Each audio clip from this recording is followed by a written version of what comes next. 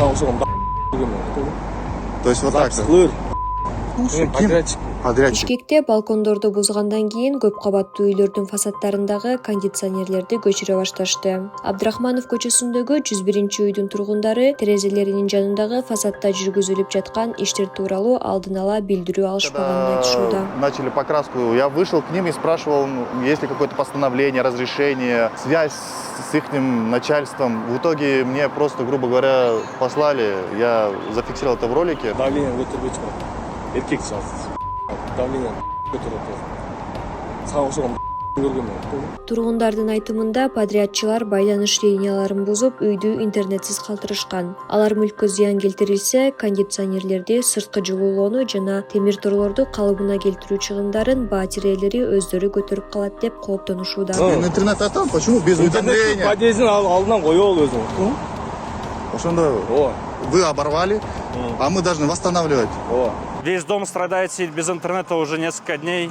Тургундар ошондой эле бул иштер шаарды Шанхай кызматташтык уюмунун саммитине, дүйнөлүк көчмөндөр оюндарына даярдоого байланыштуу деп эсептешет. Честно говоря, это все очень печально. Вопрос отношения к людям. Я понимаю, что нужно сделать красиво, но можно же отнестись к этому как-то по-человечески, так как это чистого вида лицемерие.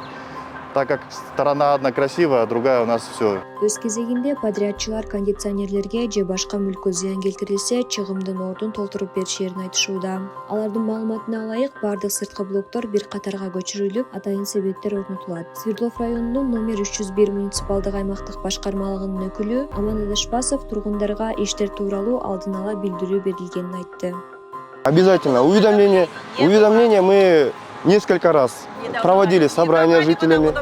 Уже есть паспорт фасада зданий, как все должно быть. Бирок тургундар жаңы тартип ыңгайлуу болот дегенден күмөн санашууда. Алардын айтымында кондиционерлер көчүрүлгөндөн кийин сырткы блокторго жетүү кыйындайт жана аларды тейлөө үчүн өнөр жай альпинисттерин жалдоого туура келет. Жителям перед тем, как устанавливать кондиционеры, решетки на окнах, они всегда должны согласовывать это именно с архитектурой перед тем, как вот это все ставить. Понимаете? На сегодняшний день со стороны жителей же, со стороны некоторых жителей, это все было установлено самовольно же, правильно? Ошол эле учурда тургундар көрктөндүрүү иштери үйдүн борбордук көчөгө караган сырткы фасадына гана жүргүзүлүп, көп кабаттуу үйдүн айланасындагы инфраструктурага тиешеси болбогонун белгилешүүдө. Алардын айтымында короого барчу жол боюнча кайрылуулар бир нече жылдан бери жоопсуз калууда.